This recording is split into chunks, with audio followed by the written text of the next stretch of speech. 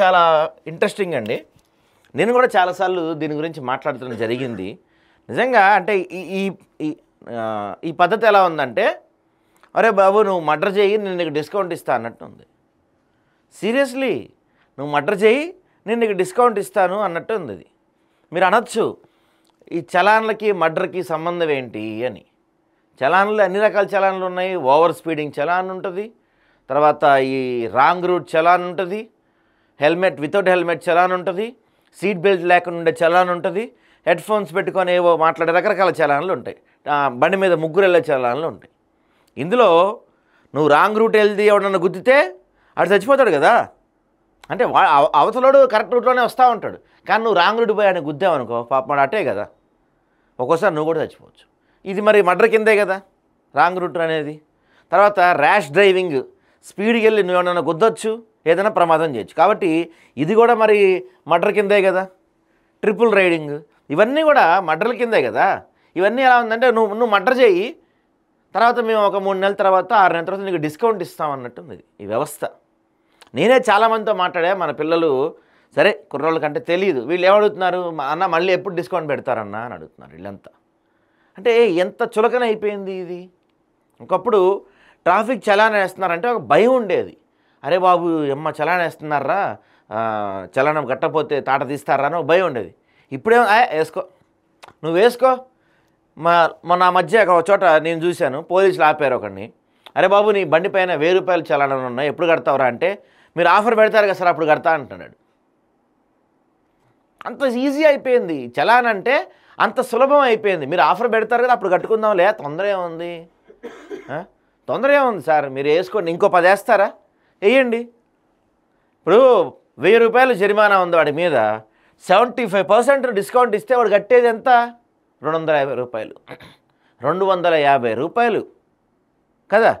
ఈ 1000 రూపాయల్లో వాడు ఎన్ని ర్యాష్ డ్రైవింగ్లు ఉండొచ్చు సార్, ఎన్ని ర్యాష్ డ్రైవింగ్లు ఉండొచ్చు, ఎన్ని రాంగ్ రూట్ ఉండొచ్చు. వాటిలో ఎవరన్నా చచ్చిపోయి ఉన్నా నువ్వు వాడికి వేసే శిక్ష 250 రూపాయలు అంతేగా.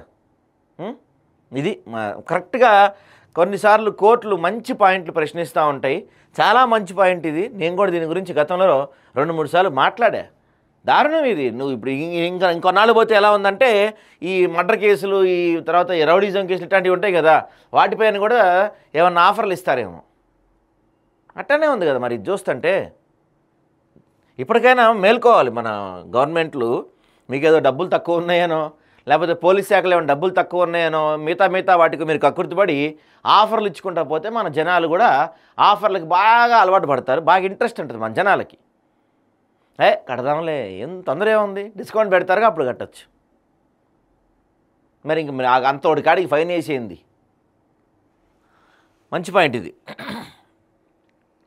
భయాన్ని బలహీనపరుస్తున్నారు. పదే రాయితీలు ఇవ్వడం ఏంటి?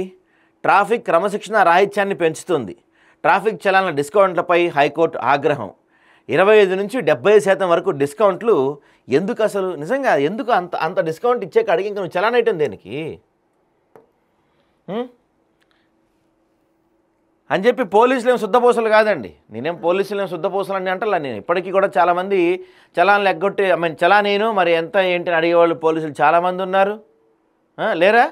ఇప్పుడైతే నేను గమనిస్తూ ఉంటా, మా ఆఫీస్ అప్సీ కూడా ఈ తార్నాక దగ్గర ఒకటి, ఆ తర్వాత అక్కడ ఏరియా ఏమంటారు, మెట్టుగూడ దాటిన తర్వాత ఒక సిగ్నల్ వస్తుంది, ఆ ఏరియా పేరేంటో అంటారు. అక్కడ 2 దగ్గర పోలీసులు ఒక 3-4 కిలోమీటర్ల ట్రాఫిక్ జామ్ అయిపోయి ఉంటుంది, వాళ్ళకి ఏం పట్టదు. వాళ్ళు మాత్రం చలాన్లు వేసే పనిలోనే ఉంటారు, కంప్లీట్గా చలాన్ల మీదే ఉంటారు. ఇక్కడ తార్నాక దగ్గర అయితే మనకి ఇప్పుడు ఈ తార్నాక ఫ్లైఓవర్ దిగిన తర్వాత, అంటే ఇటు నుంచి టువర్డ్స్ అటు నుంచి వస్తుంటే, మనం సికింద్రాబాద్ నుంచి వస్తుంటే ఇటు తార్నాక ఫ్లైఓవర్ దిగంగానే ఒక యూటర్న్ ఉంటుంది, అక్కడ పోలీసులు ఉంటారు అటువైపు ఇటువైపు. ట్రాఫిక్ జామ్ అయిపోయి ఎవడన్నా చచ్చిపోతున్నా వాళ్ళకి అనవసరం, వాళ్ళు మాత్రం చలాన్లు వసూలు చేసే పనిలోనే ఉంటారు, చలాన్లు వసూలు చేసే పనిలోనే ఉంటారు. జనాలు కూడా అలవాటు పడిపోయారా, నువ్వు వేసుకో నేను డిస్కౌంట్ వచ్చినప్పుడు కడతాలే అని. దారుణం అయిపోయింది. ఇప్పుడు చెట్లల్లో దాక్కొని, పొట్లల్లో దాక్కొని, లేకపోతే ఎక్కడన్నా తుప్పల్లో దాక్కొని చలాన్లు కొట్టాల్సిన అవసరం ఏమొచ్చింది పోలీసులకి? ఎదురుగా నుంచొని తీయచ్చుగా. వాళ్ళది తప్పు ఉంది, మీది తప్పు ఉంది అనుకోండి. ట్రాఫిక్ నిబంధనల ఉల్లంఘనలపై ప్రభుత్వం ఈ మధ్య వాహనాల రకాన్ని బట్టి 25% నుంచి 70% వరకు డిస్కౌంట్లు ఇస్తున్న విషయం తెలిసిందే. పేరుకుపోయిన పెండింగ్ చలాన్ల బకాయిలు రికవరీ చేసేందుకు ప్రభుత్వం అప్పుడప్పుడు డిస్కౌంట్లు ఇస్తుంది. ఇలా డిస్కౌంట్లు ఇవ్వటం వల్ల చట్టపరమైన పరిణామాల పట్ల ప్రజల్లో ఉన్న భయం, గౌరవం బలహీనపడతాయని హైకోర్టు వ్యాఖ్యానించింది. 100% ఇందులో డౌట్ ఏమైనా ఉందా? ఇందులో ముఖ్యంగా రాయితీలు ట్రాఫిక్ క్రమశిక్షణ రాహిత్యాన్ని మరింత పెంచుతాయని, ప్రజల నిబంధనలు ఉల్లంఘించినా ఏదో దశలో రాయితీ లభిస్తుందనే భావన పెరిగే అవకాశం ఉందని కోర్టు పేర్కొంది. ఈ చలానా వ్యవస్థలో మార్పులు చేసి ఉల్లంఘన వివరాలను స్పష్టంగా పొందుపరచాలని ఆదేశించింది. ఇంటిగ్రేటెడ్ ఈ చలానా వ్యవస్థను సవాల్ చేస్తూ హైదరాబాద్ తార్నాకకు చెందిన వి రాఘవేంద్రచారి హైకోర్టులో పిటిషన్ వేశారు. తార్నాకకు చెందిన వ్యక్తే అంట, పాపం ఆయన కూడా ఇక్కడ చూసి విసిగిపోయి ఉంటాడేమో బహుశా. దీన్ని జస్టిస్ ఎన్వి శ్రవణ్ కుమార్ విచారించారు. పిటిషనర్ తరపు న్యాయవాది వాదిస్తూ ట్రిపుల్ రైడింగ్ 1988 మోటార్ వాహనాల చట్టం సెక్షన్ 128 రెడ్ విత్ 177 ప్రకారం 100 నుంచి 300 మాత్రమే జరిమానా విధించాలి. కానీ దీనికి విరుద్ధంగా 2019 నిబంధనల ప్రకారం ₹1000 ఫైన్ వేస్తున్నారంట. ఇది చెల్లదని వాదించారు. 2019 సవరణ నిబంధనలను తెలంగాణ ప్రభుత్వం అన్వయించుకోకపోవడంతో 1988 నిబంధనల ప్రకారమే చలాన్ జారీ చేయాల్సి ఉంటుంది. ప్రభుత్వ న్యాయవాది మహేష్ రాజ్ తన వాదనలు వినిపించారు. మోటార్ వాహన చట్టంలోని సెక్షన్ 200 కింద ట్రాఫిక్ ఉల్లంఘనలేవి జరిమానా విధించదగ్గ నేరాలని తెలిపారు.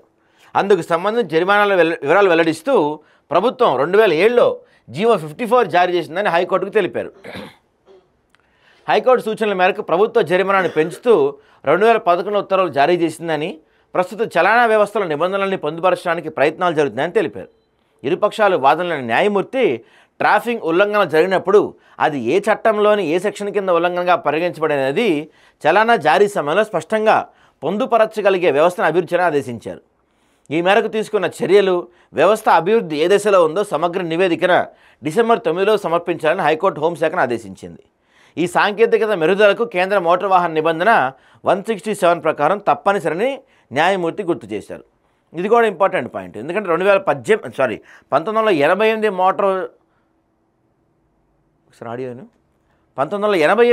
మోటార్ వాహనాల ఫోన్లో దాని ప్రకారం మనం చలానాలు వేస్తున్నారు. కానీ ఇక్కడ చూస్తే మరి 2019 నిబంధనల ప్రకారం ₹1000 వేస్తున్నారు. కానీ ఆ సెక్షన్స్ అయ్యే పెడుతున్నారు కదా, మరి అవి కూడా మార్చాలని చెప్పి కోర్టు వాళ్ళు తెలిపారంట. కానీ మంచి విషయం, కోర్టు వాళ్ళు దానికన్నా ముందు ఈ డిస్కౌంట్ల గురించి, ఆఫర్ల గురించి మాట్లాడటం మాత్రం చాలా మంచి విషయం. వీళ్ళని తొందరగా దాన్ని తీసేస్తే బెటర్.